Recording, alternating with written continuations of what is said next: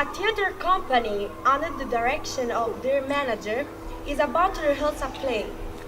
Since there is a dearth of good French comedies, they have to fall back on a comedy by Pirandello. The rules of the game sees character in search of an author, which the manager admits is, as usual, quite incomprehensible. Just as the rehearsal starts, something interrupts them. In the theater appears a queer assortment of characters who announce that they are looking for an author. It appears that the author, whose imagination has conceived them, has decided against putting them in a drama. Their only chance to live, representing the drama of their stories, is to find some author who is willing to put them in a play.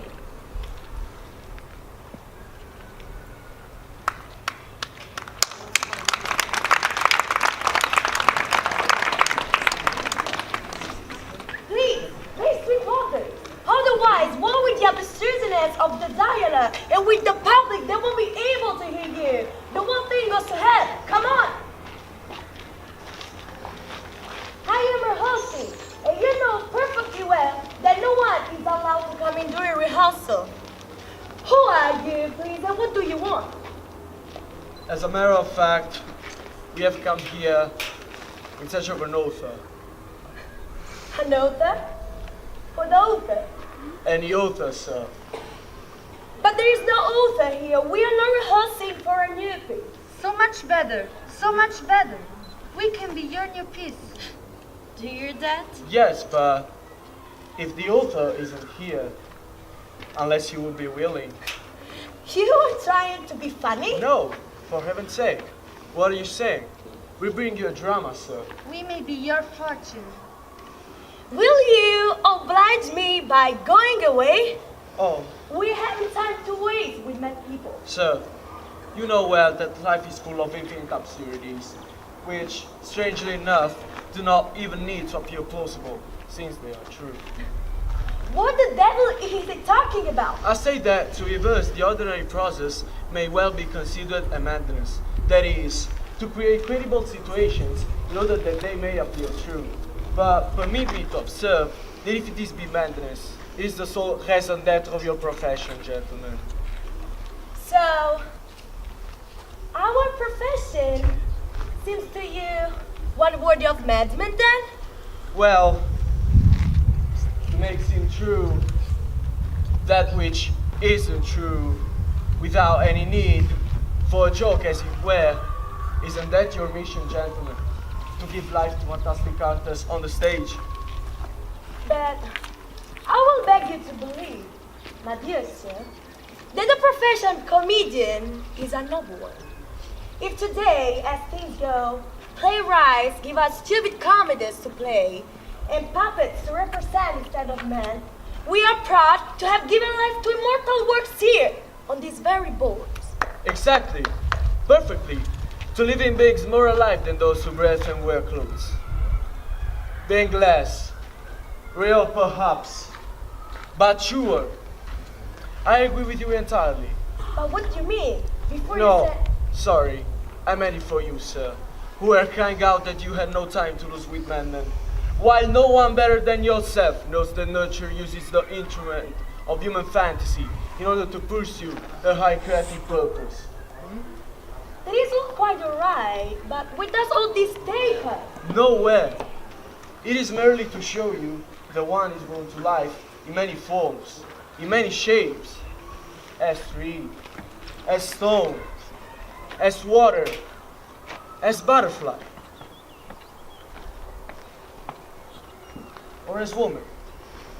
So one may also be born a character in a play. So, you and is also friends of yours have been born characters? Exactly, and alive, as you see. I am sorry you laugh, because we carry us a drama, as you can guess from this woman here, veiled in black. Oh, chuck it! Get away, please! Clear out of here! For heaven's sake!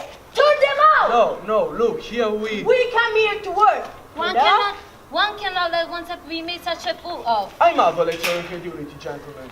Are you not accustomed to see the characters spring to life in yourselves and face each other?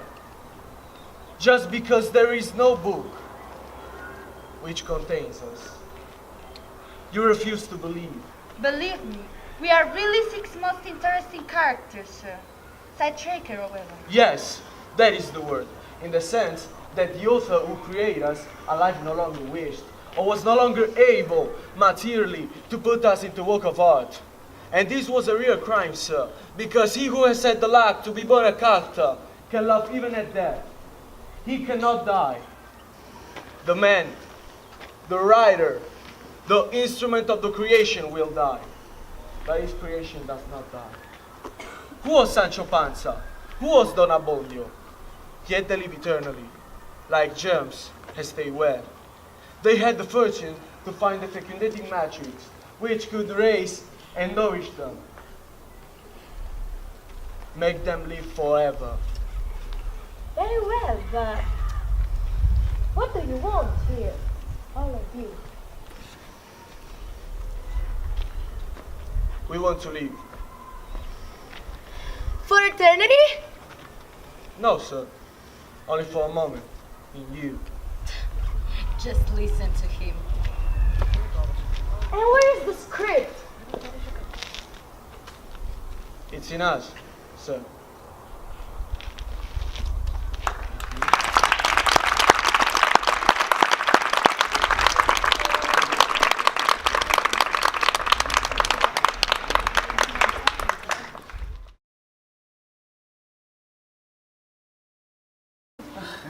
It is. March of 414 BC is the time for the great Dionysia at the dramatic festival in Athens. Aristophanes presents the birds, the most lyrical of this place.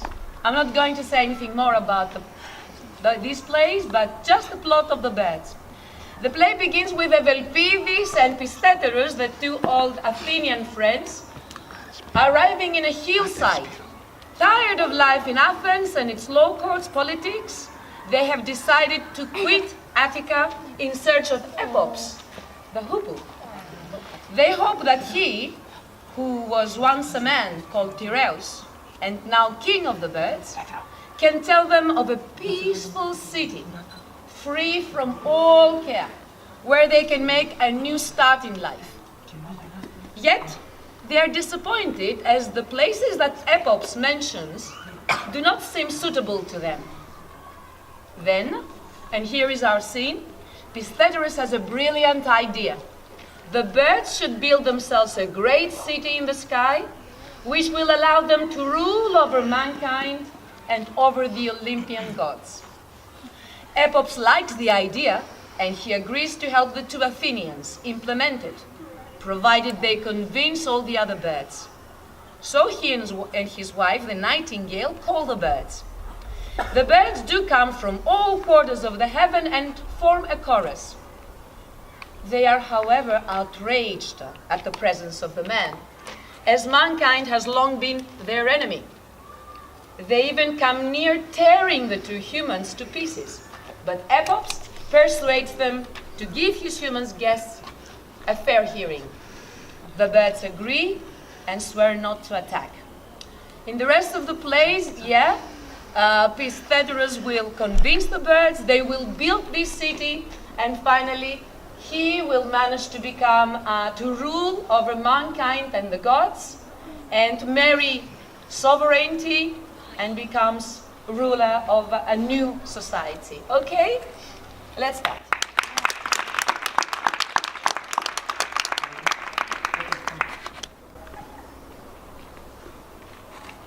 That's it. I've got it. I see a great plan for this race of birds and power too, if you take my advice. Hey, what's your advice? First, don't just fly in all directions. Your beaks wide open stupidly. It's setting you a bad name. That is right. By Dionysus, you're right. But what should we do? Stay in one place and found a city. What city could we burst atop? What stupid thing to say. Come on. Look down there. All right. Now, look up. Yes? Now, turn your neck around.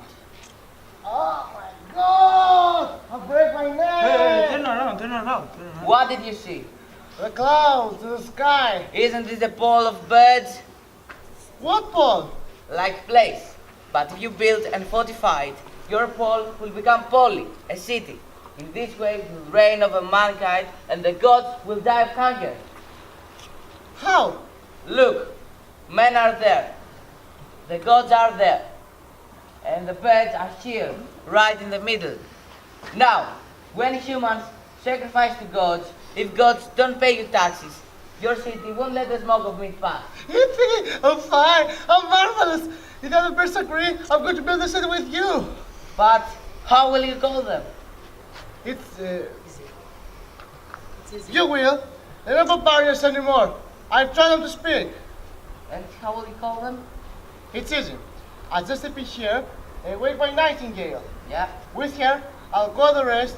If they hear her voices, they will run speed. My dearest bird, waste no time and go inside this ticket at once and wake the nightingale, your wife.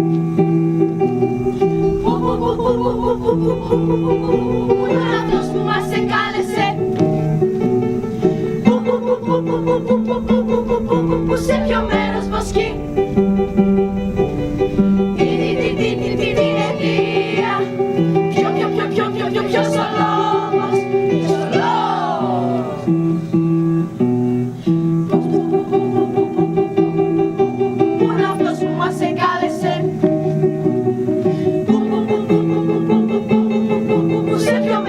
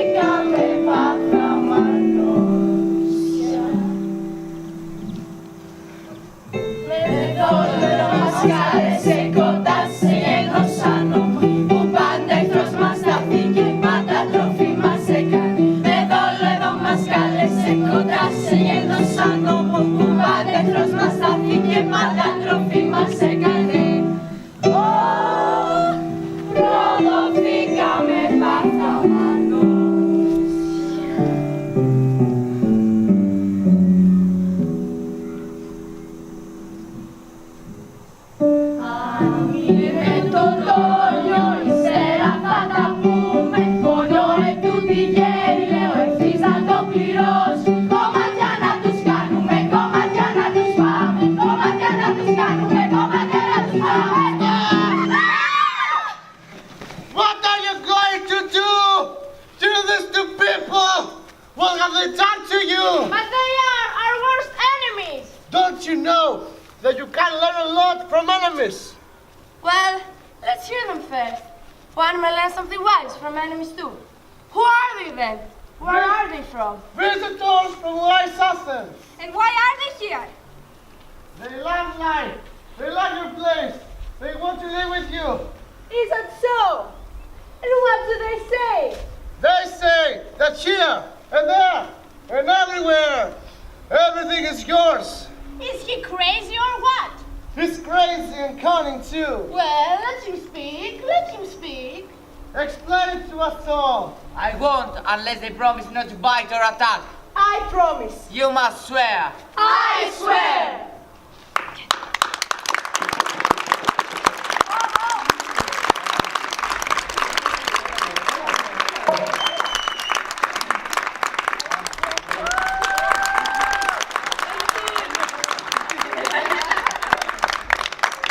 Thank you, all of you.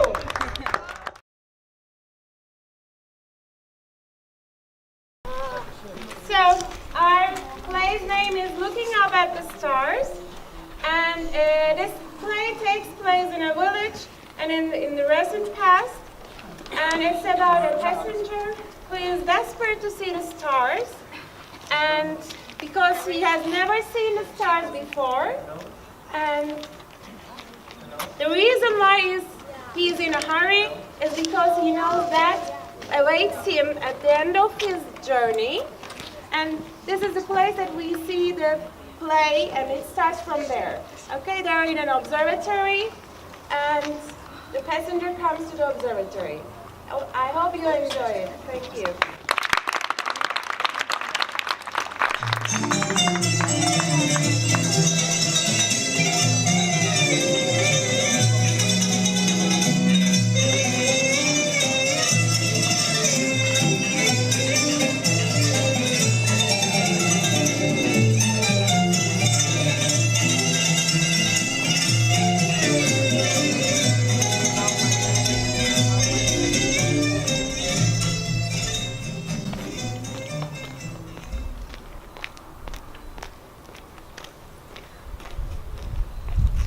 The passenger has been hearing some voices from nowhere lately.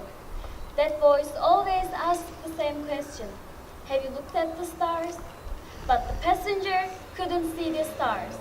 He gets on a carriage and goes to the observatory.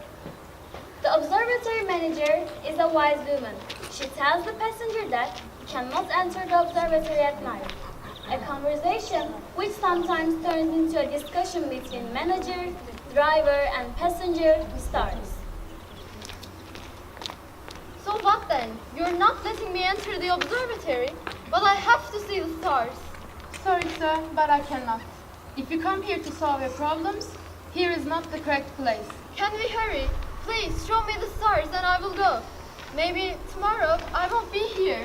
Oh, what a pity. Why is that? I have to look at so many things while I'm leaving, in case someone asks. Of course they will ask. The more you see, the better it is. What about your family? I'll leave them here whether I like it or not. I can't take them where I'm going with me. I've looked after them until now, and now it's their responsibility to take care of themselves. Sir, we are late. If you are going to stop by somewhere else, we must hurry. We will, of course. But first, I must see the stars. Driver, have a seat. We're not done yet. Looking up at the stars. This is not an easy job, my friend. Not at all. Why? Is the telescope broken? No, the telescope's fine, but... You're wasting my time. You should have told me at the beginning. I'm just asking for permission to look at the stars. You don't need a telescope. If I had a telescope, I wouldn't come all the way here. You had one, but you didn't know how to use it. You mean my eyes?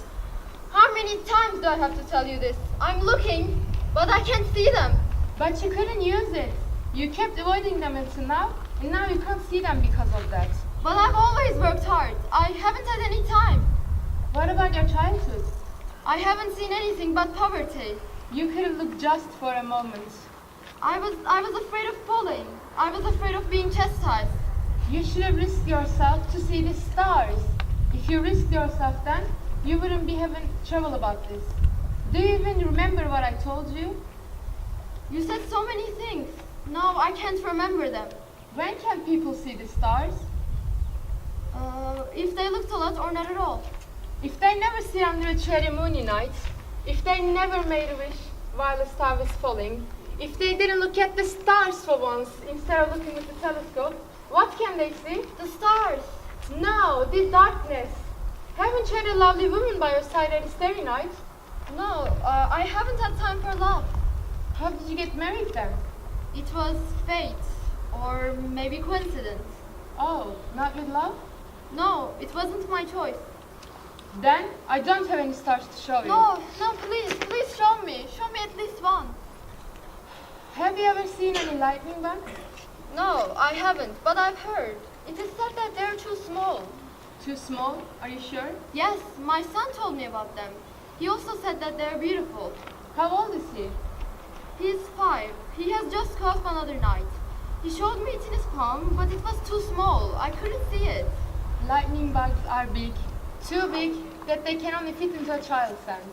If you've never seen any lightning bug, it is not possible for you to see the stars. Even with a telescope? Yeah, even with that. It is too late now. You can't see them anymore. Sir, why didn't you tell me on the way here? Sir, did you come here to see the stars? Why didn't you tell me on the way here? I would have shown you the pole star if one was enough. Was it enough? And you're not the only one to come here for this purpose. This driver here bought so many people like you before. But he didn't tell me. Why look here? You should understood from his moves that he's a wise person. You didn't even pay attention. But my problems were more important than that. The cure for your problem is no longer exists. The ones before me, have they left without seeing the stars?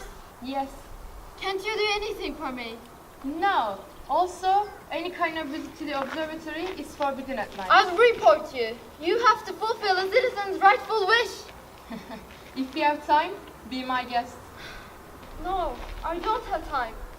I'm too late. Yes, you are. Sir, let's go now. I will show you a star on the way. I told you that I don't see them. Are you a doctor? It's not a doctor thing. It's a form of life. Oh, anyway. Driver, how is your horse? Have you fed it? Yes, I have. What's it doing now? It is watching the stars, manager. Well done to the horse. It knows how to live then. You made me look like a fool. You see, I'll show you. When can't you even see? How can you show it to me? Driver, let's go. This place is an asylum. Have you looked at the flowers? Did you hear that? Driver, hurry up. Take me to the garden and show me the flowers. It's late, sir. Flowers are all sleeping now. You cannot see any of them. Oh God, this is the time too. Of course it has. Flowers are seen at the sunrise or sunset. Sir, don't hurry. I will show you all of the flowers in the morning. All of them. But maybe tomorrow I won't be here. Show me now. Show me at least one. They are all connected. When you see the flowers, you can see the stars too, without even looking at the sky. I'm late. I'm too late. Yes, sir. Yes, you are.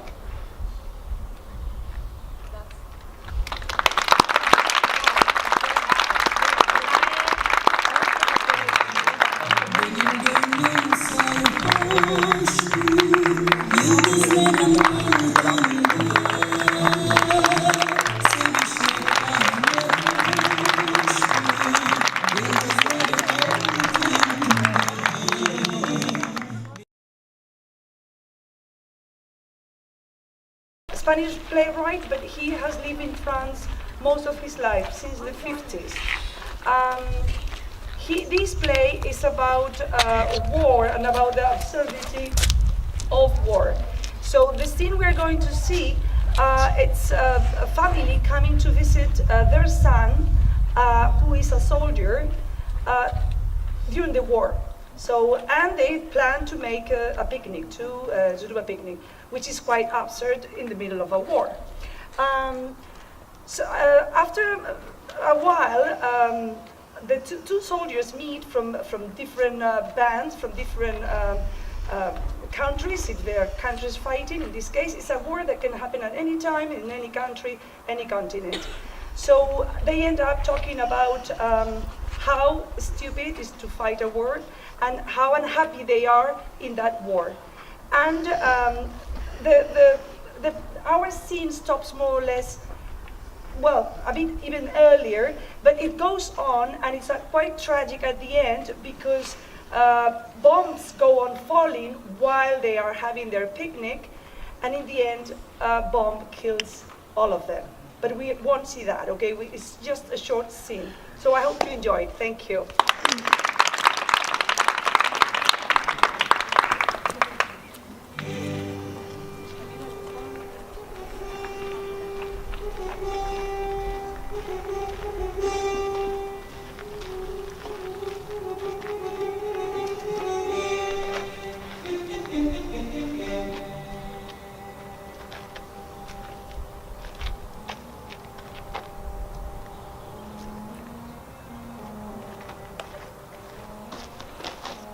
Well, let's eat.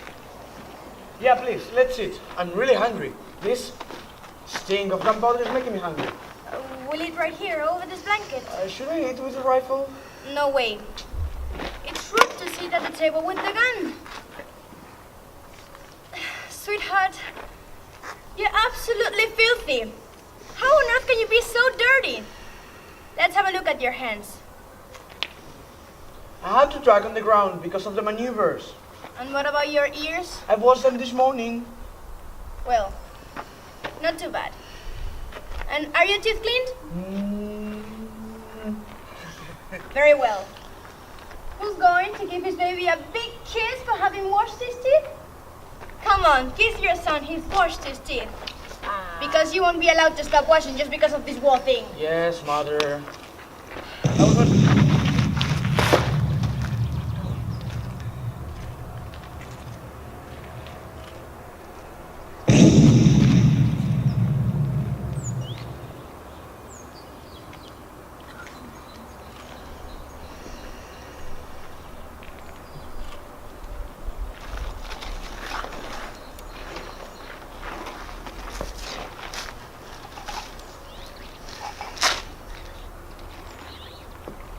So tell me, dear son, have you killed a lot?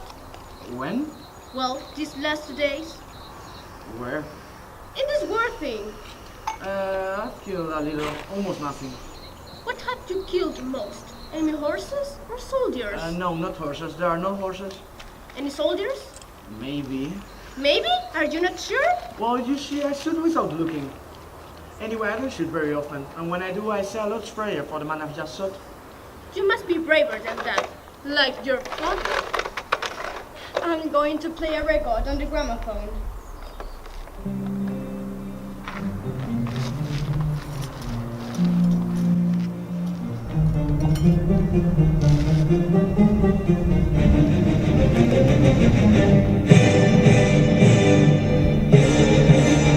That's music! Ole!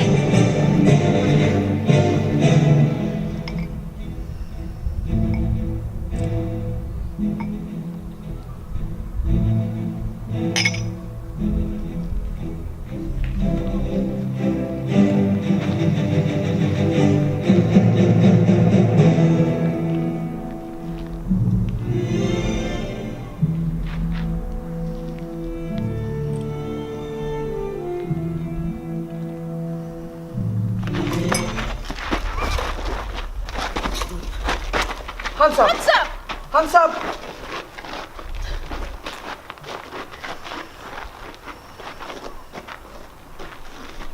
Gotcha! Well then, what's next? Who knows? I may be promoted to a corporal. Tie him up so he cannot run away. Why tie him up? Prisoners always get tied up. And how shall I tie him? Tie him up his hands. That's it. First, his hands. I've always seen that it's done like that. Right. Please put your hands together so I can be able to tie you up. But don't hurt me too much. Sorry, don't freak out. I won't. You are hurting me! Son, don't be foolish. Don't treat your prisoner. Is that what I have taught you? How many times have I told you that you must be nice to everybody? I don't do it on purpose. And like this, does it hurt? No, it's all right. Tell the truth, honestly. Don't be embarrassed just because we're here. If they hurt, tell us, and we'll tie them. Let's tie them. It's okay like this. Now he's fit. Whatever next.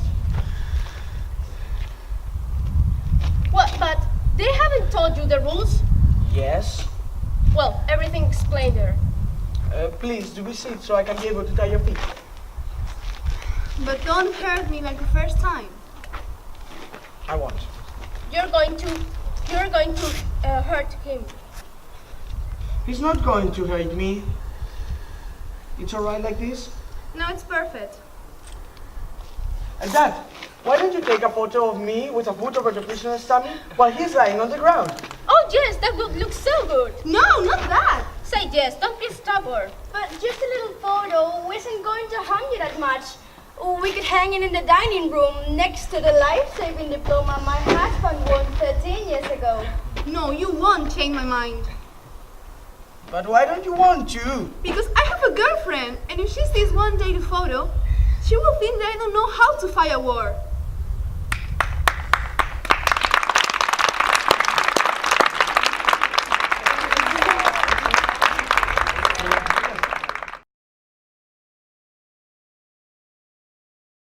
Comedies by Molière. The main characters are Orgon, a rich merchant, Elmire, his wife, and Tartuffe, who is a fraud who pretends to speak the words of God.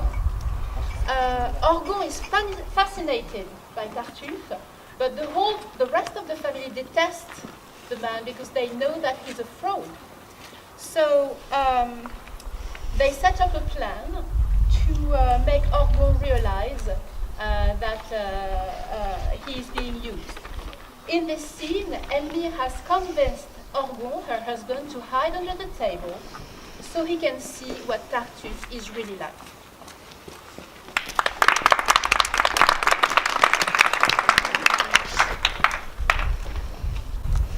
Bring the table here.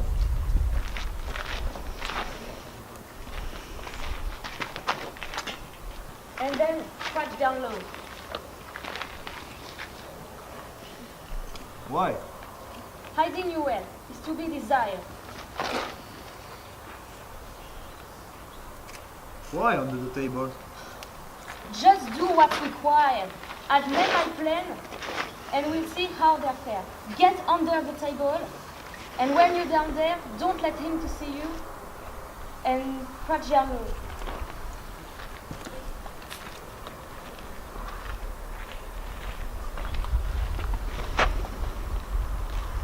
You wish to speak with me in here, I'm told.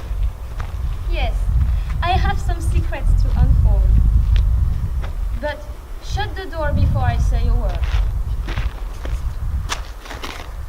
And look around. We mustn't be overheard.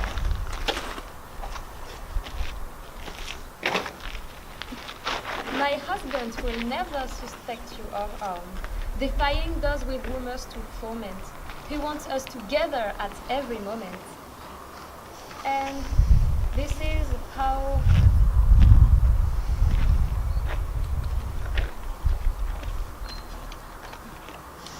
And this is how without blame I can be along with you all thought you're a man. I finally thought that you have kind words to say. Earlier you treated me in a different way. If you're hungry about that figure, you know nothing about woman's love. There is no pleasure in heaven above, sweeter than such word from the lips I love. And until I made sure that you couldn't lie, by a few of those favors for which I have, such favor would make me your devotee, and a true believer in your firmness for me. Do you demand to push on with such great speed? and drain my heart dry by your burning need. I risked my life in proclaiming my love. And for you, even that's not enough? The less one merits, the more one desires.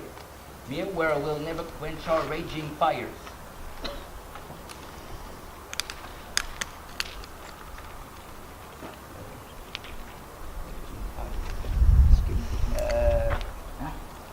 Who so little, who had so little here be your favors?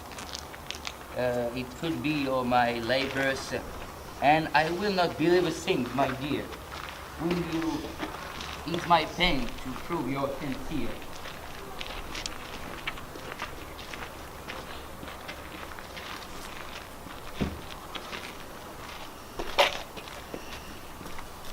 At last I see I'm forced to go astray, and I must consent to let you have your way.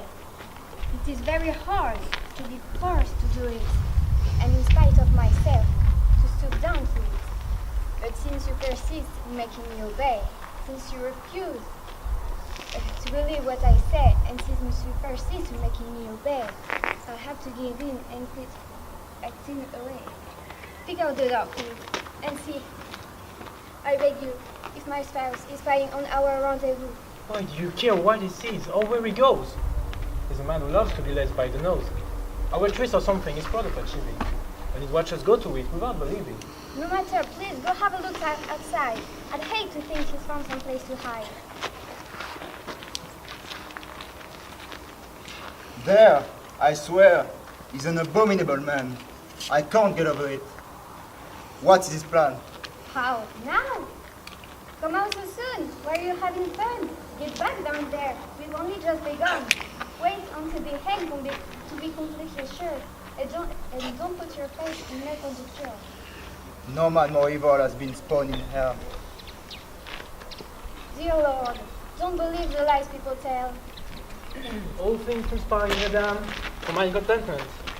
I've closely examined the whole apartment. No one is around, and my head is light. Hold on. Your desires are too quick to ignite, and you mustn't let patience be overdone. Oh, man of blessings. How temptation has taken over your life. You'll marry my daughter and covet my wife.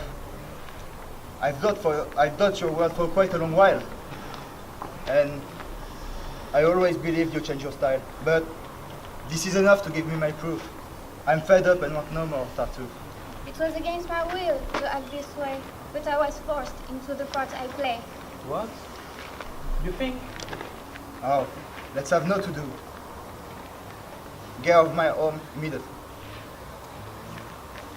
But my angel. You say that I must live, but you must live. Because the house is mine, and you'd better learn fast, or I shall show you that it's senseless to pick a fight with me using this cowardly trick. But it will get you nowhere to insult you, and that I will punish your falsity. Avenge God's wrong and make you grieve for talking here about forcing me to live.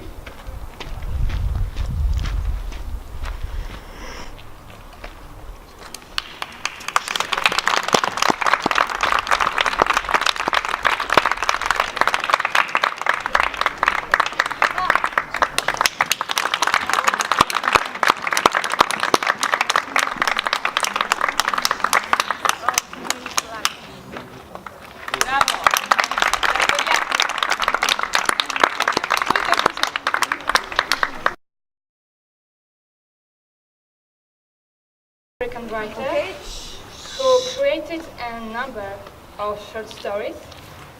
He is most famous of the one called The Gift of the Magi. All of his works have a surprising ending as he used the twist in the end technique.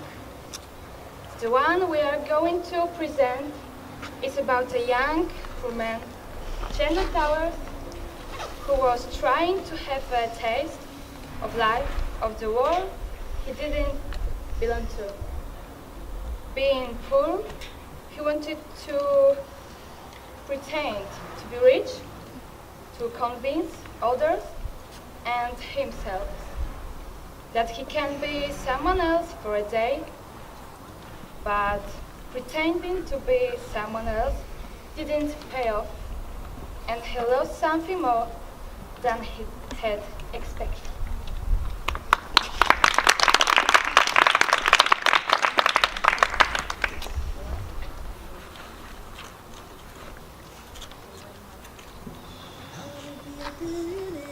So freaking bad, buy a lot of things I never had. I wanna be on the cover of Forbes magazine, smiling next to Oprah and the Queen.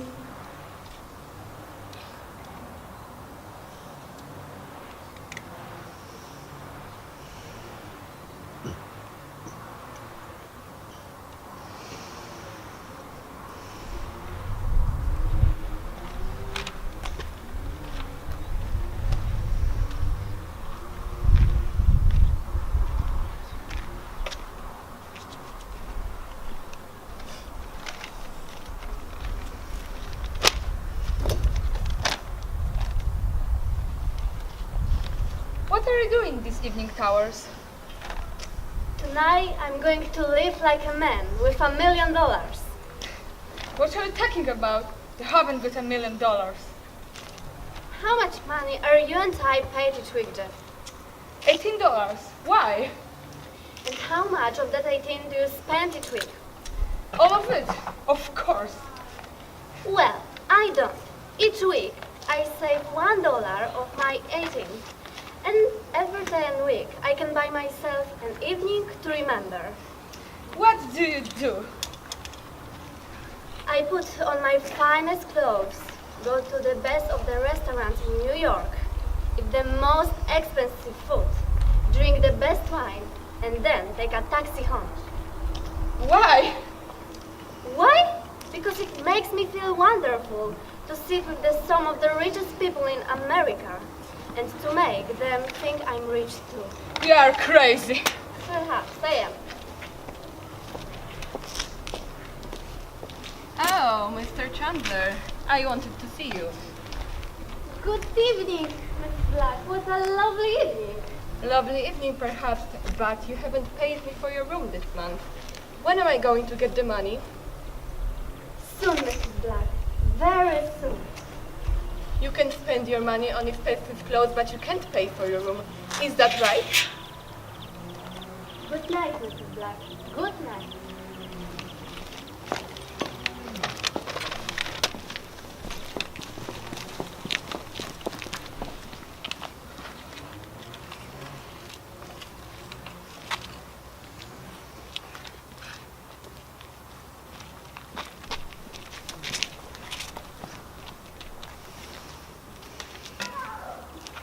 Oh dear!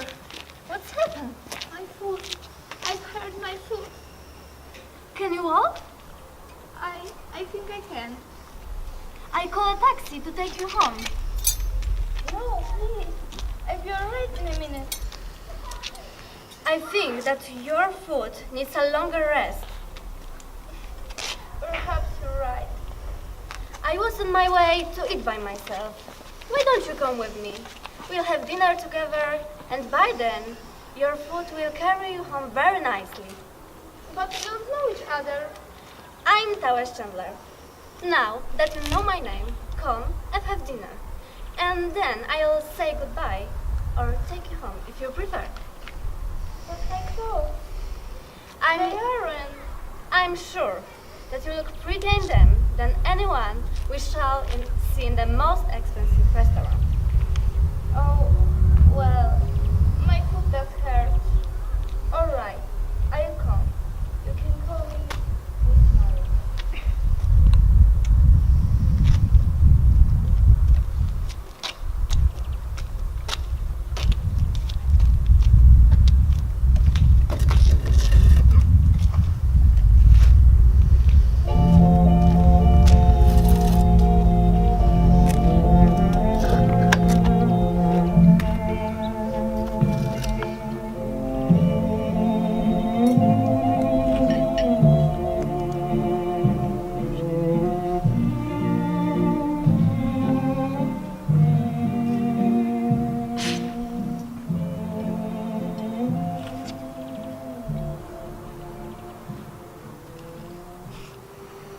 That was a very good dinner.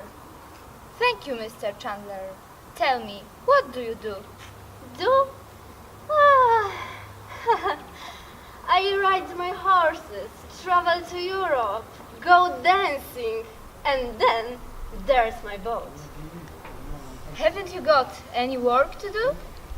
Something more, well, interesting? My dear Miss Marian, there's no time for work. Think of dressing every day for dinner, of calling at the houses of 6 or 7 friends every evening or afternoon. Yes, well? Yes, we do nothings are the hardest workers in the country. I see. Well, thank you for a nice time. I must go home now. My foot is much better. I can walk home. There's no need for you to come with me. Oh dear, Miss Marian. It's for you.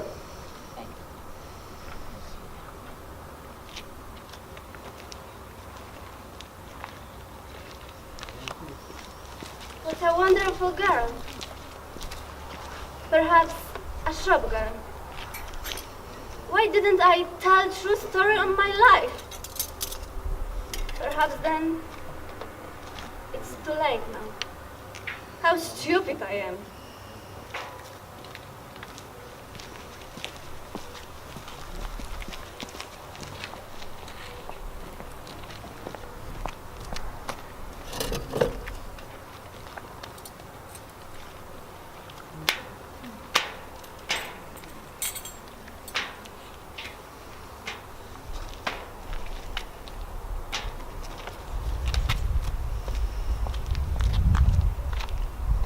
It's 2 hours since you ran out in that old skirt and coat.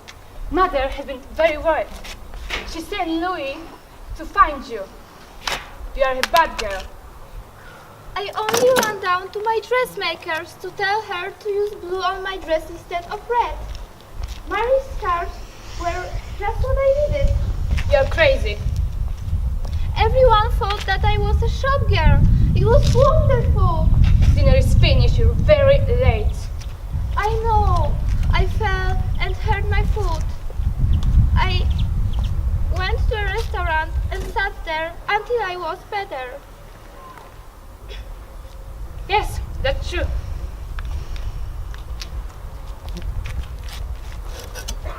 We'll have to marry one day, Sissy. We are rich, and mother or father will want us to marry somebody who is as rich as we are. But can I love a man like that? Who could you love? I could love a man with kind blue eyes who doesn't try to make love to every girl he sees. But I could only love him if he has some important work to do in the world. Then it doesn't matter how poor he is. You're crazy. Perhaps. But sister dear, we only meet men who ride their horses and go dance. I couldn't love a man like that, even if his eyes are blue and he's trying to make love to every girl.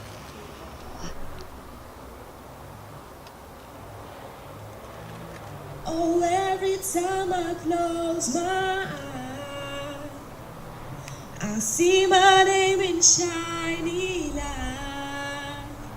Yeah, a different city every night.